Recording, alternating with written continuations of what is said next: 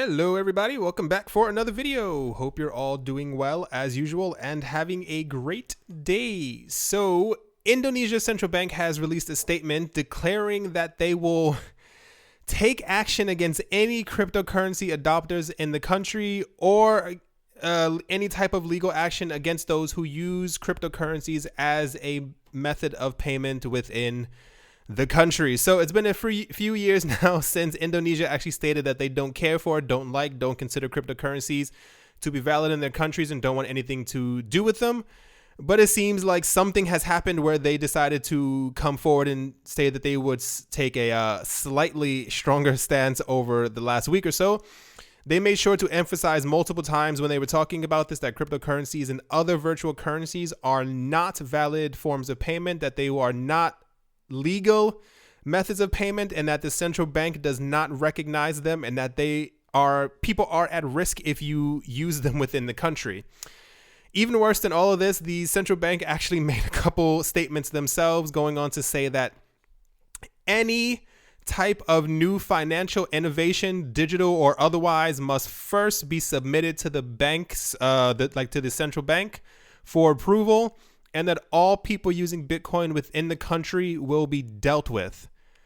That is probably one of the craziest things that I've ever heard from. We've had some extreme countries in the last couple of weeks talking about them. Like I said, every single country seems to be coming forward for some reason in the last couple months, whatever the case might be. But this might be the actual strongest one, saying that they will be dealt with. They don't even go into description saying what's going to be happening to these people using them, but I would be scared, and I'm not lie. If you read news about the country, I kind of saw this one coming. So up in the news again is Russia. We heard a few days ago in another video that Putin had come out saying that cryptos and ICOs in the country are going to be regulated. This is after they said that they were going to ban them, and before that they said that they love them.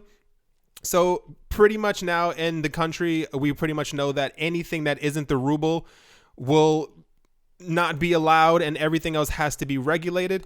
So this seems to be phase 2 of the project of them dealing with cryptocurrencies and ICOs. Russia's National Settlement Depository is creating a sort of like a vault for cryptocurrencies. I keep doing the air quotes. You guys can't see me doing the quotes. They're doing a vault for cryptocurrencies that they say that they will call the D3, or the Decentralized Digital Depository, which will essentially be a place where large corporations or high-end investors or anyone who has a large number of cryptocurrencies will be able to store their digital currencies. Now, they say you'll be able, but I'm pretty sure that they're throwing this news out there because it'll probably be mandatory within the country for people to, I'm sure, as I don't want to say even like tax season, just in general, the moment you have any more, we were talking about before, they were talking, I think the limit that they were talking about was like $5,000. If you have more than 5,000, I think you have to go to the government, or they were trying to, I think, say 10,000 is the amount that you could trade in per year. So I assume that is the limit, probably even a lot lower than that. And they say that you'll be able to store and declare this with them. So they say that they're working on a way to make sure that they can handle and keep track of all cryptocurrency assets the moment that they enter the country or are trying to leave the country, making sure that they are entirely transparent so that the government knows what's going on.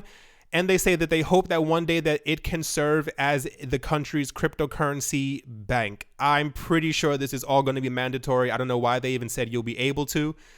But yeah, it is what it is. So this is the next phase of what's going on with Russia. So last up, we have an interesting article from CNBC.com. They wrote something about hedge funds, which I used to actually really be into until I found out about cryptocurrencies and how much more money that they can make you.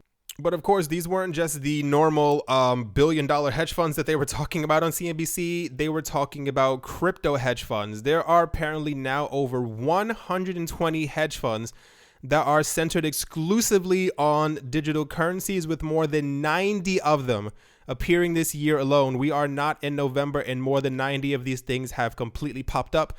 Around 1/3 of these actually focus on crypto day trading, which is a huge thing if you guys didn't know about that.